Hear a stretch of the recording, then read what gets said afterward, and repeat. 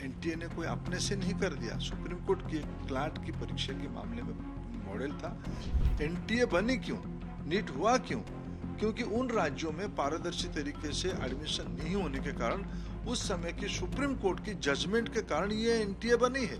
कुछ लोग एक अपप्रचार और षड्यंत्र कर रहे हैं, वो सफल नहीं होंगे। पिटीशन कौन डाला है? ना वो अभिभावक है ना वो विद्यार्थी है। मैं आश्वस्त कर रहा हूँ भारत सरकार की ओर से, कोई भी हो उसको बख्शा नहीं जाएगा। हम बात कर रहे हैं धर्मेंद्र प्रधान जी से, जो मोदी सरकार के उन चुनिंदा मंत्रियों में से हैं जिनको सरकार में दोबारा से दायित्व भी दिया गया और धर्मेंद्र प्रधान जी का ओडिशा सरकार बनने में भी बहुत बड़ा जो है रोल रहा है।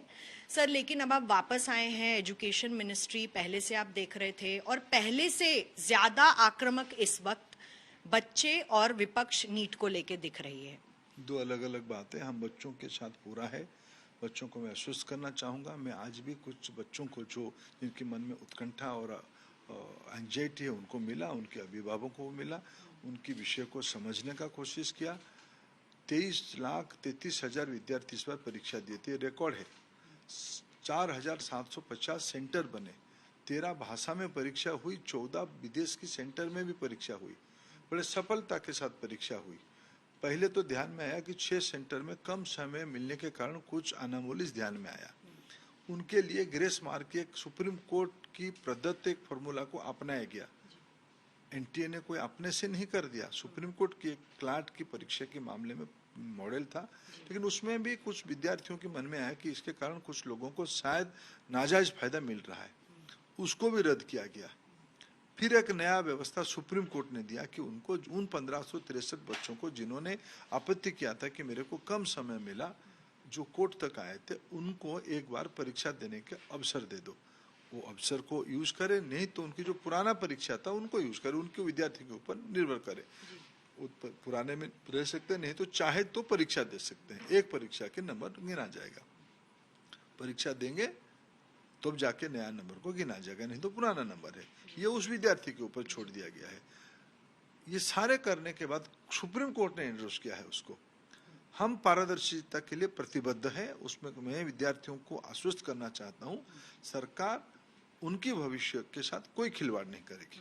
सर, जो विपक्ष का आप पे लगातार आक्रमण हो रहा है, कुंठित हो गए ना, लगातार तीसरी बार हारने के कारण वो कुंठित हो गए हैं, इसलिए उनको अपना काम करने दो। हम तो विद्यार्थी और उनके अभिभावकों को आश्वस्त करना चाहते हैं, सरकार उनकी हितों के लिए ही है। जब डीएमके जैसी पार्टी कहती है कि नीट को पूरी तरीके से स्क्रैप कर देना चाहिए, या कांग्रेस के मल्लिकार्जुन खड़गे कहते हैं कि नीट में जो पेपर लीक की समस्या है उस पर एनटीए या सरकार कुछ नहीं कह रही है, तो सर मैं आपसे ये पूछना चाह रही हूँ कि पेपर लीक नहीं हुआ है, इस निष्कर्ष पर आप कैसे पहुंचे हैं? क्या अपनी तरफ से आपने जांच एजेंसियों से बातचीत की है या अपनी खुद की कोई इन्वेस्टिगेशन आप लोग कर रहे हैं? निष्पक्षता क्यों? जांच एजेंट दो, मैंने कहा 4,750 के अंदर में 2 जगह की इस प्रकार की खबरें आई है, दोनों के अलग अलग काम है, दोनों में पेपर लीक वगैरह के विषय नहीं है। एक में कुछ आपत्ति है, दूसरे में कुछ आपत्ति है। वहाँ की स्थानीय एजेंसी काम कर रहा है।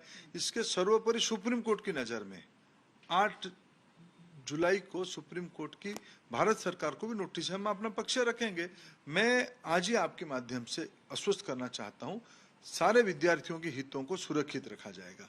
बाकी कांग्रेस पार्टी के आरोप की बात है, डीएमके पार्टी निजी कॉलेज की हितों को रक्षा करने के लिए वो पहले से आज नहीं, नीट बनी क्यों, एनटीए बनी क्यों, नीट हुआ क्यों?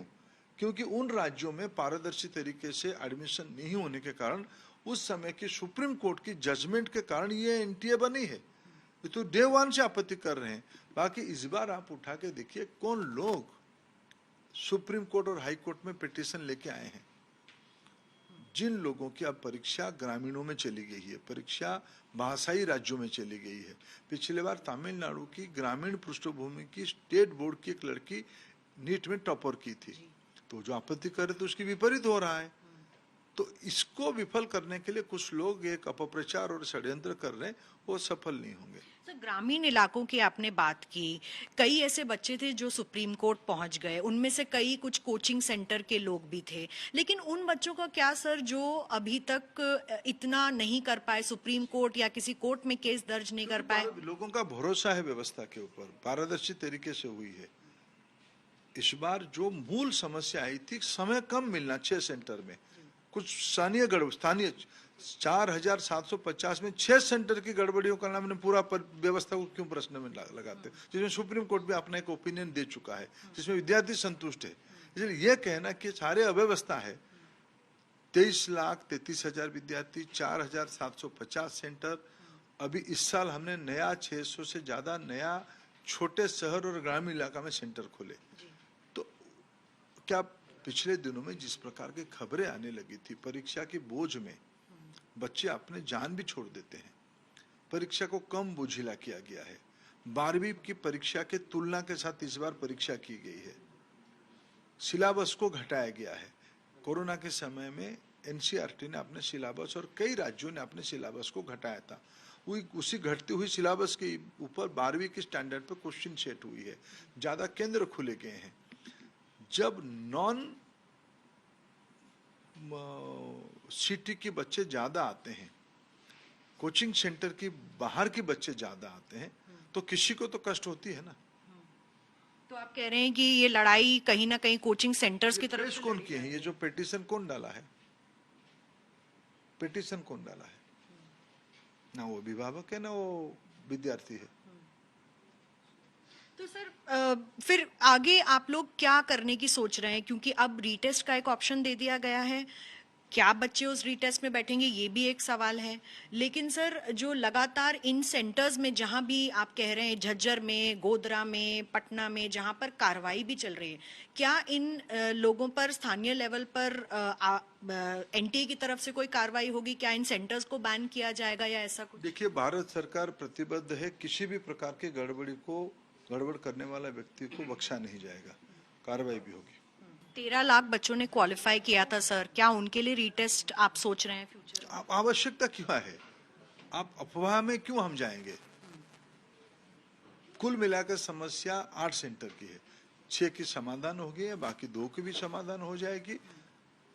एजेंसियां काम कर रही है और मैं आश्वस्त कर रहा हूं भारत सरकार की ओर से, कोई भी हो उसको बख्शा नहीं जाएगा। सर आखिरी सवाल, आंकड़ों के हिसाब से बता रही हूँ, 2023 में 2 थे लोग जिनको 720 मार्क्स मिले, इस बार 67 हैं, 2022 में 0 थे। तो सर सवाल कहीं ना कहीं ये उठ रहे हैं कि 67 लोग एक साथ अगर टॉप कर जाते हैं तो देश में जितनी मेडिकल सीट्स हैं सर, उसमें उनको अकोमोडेशन कहाँ मिलेगा? जो रैंक होल्डर्स हैं 650 भी, 623 भी, वो भी आप अपने आप को कहीं देख नहीं पा रहे हैं सर, क्योंकि देश के बच्चों की एक सैद्धांतिक प्रश्न, क्या देश के बच्चे अगर ग्रामीण इलाके की, पिछड़े इलाके के ज़्यादा पार्टिसिपेट करते हैं, ज़्यादा अच्छा करते हैं, उसमें खुशी होना चाहिए कि नहीं होनी चाहिए? ना उसको सवालिया निशान पे लेनी चाहिए। इस बार कोरोना के समय में एनसीईआरटी और कई स्टेट बोर्ड ने अपना सिलेबस को घटाया, इस बार एंट्रेंस एग्जामिनेशन में उसको भी काम पे लाया गया है।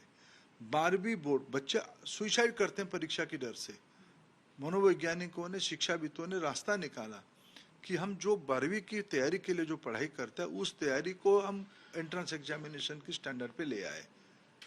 ज्यादा ग्रामीण इलाका में सेंटर खोले, ज्यादा पिछड़े इलाकों के बच्चों को आने का मौका दे, इसलिए ज्यादा रजिस्ट्रेशन हुई है। उस रेशियो में भी सारे वर्ग में नंबर बढ़े हैं, तो ये तो एक प्रोग्रेसिव डिसीजन मैं मानता हूं ना। इस बीच में पिछले 10 साल में 58,000 नए मेडिकल सीट खोले गए। आज 1,51,000 मेडिकल सीट था, वो आज बढ़ के 1,08,000 मेडिकल सीट हो गए। सीट भी हमने बढ़ाया, परीक्षा की सरलीकरण भी कराया, व्यापक कराया, इसलिए ज्यादा पार्टिसिपेंट आ रहे हैं। तो विषय की बिग पिक्चर को ध्यान देने की आवश्यकता है।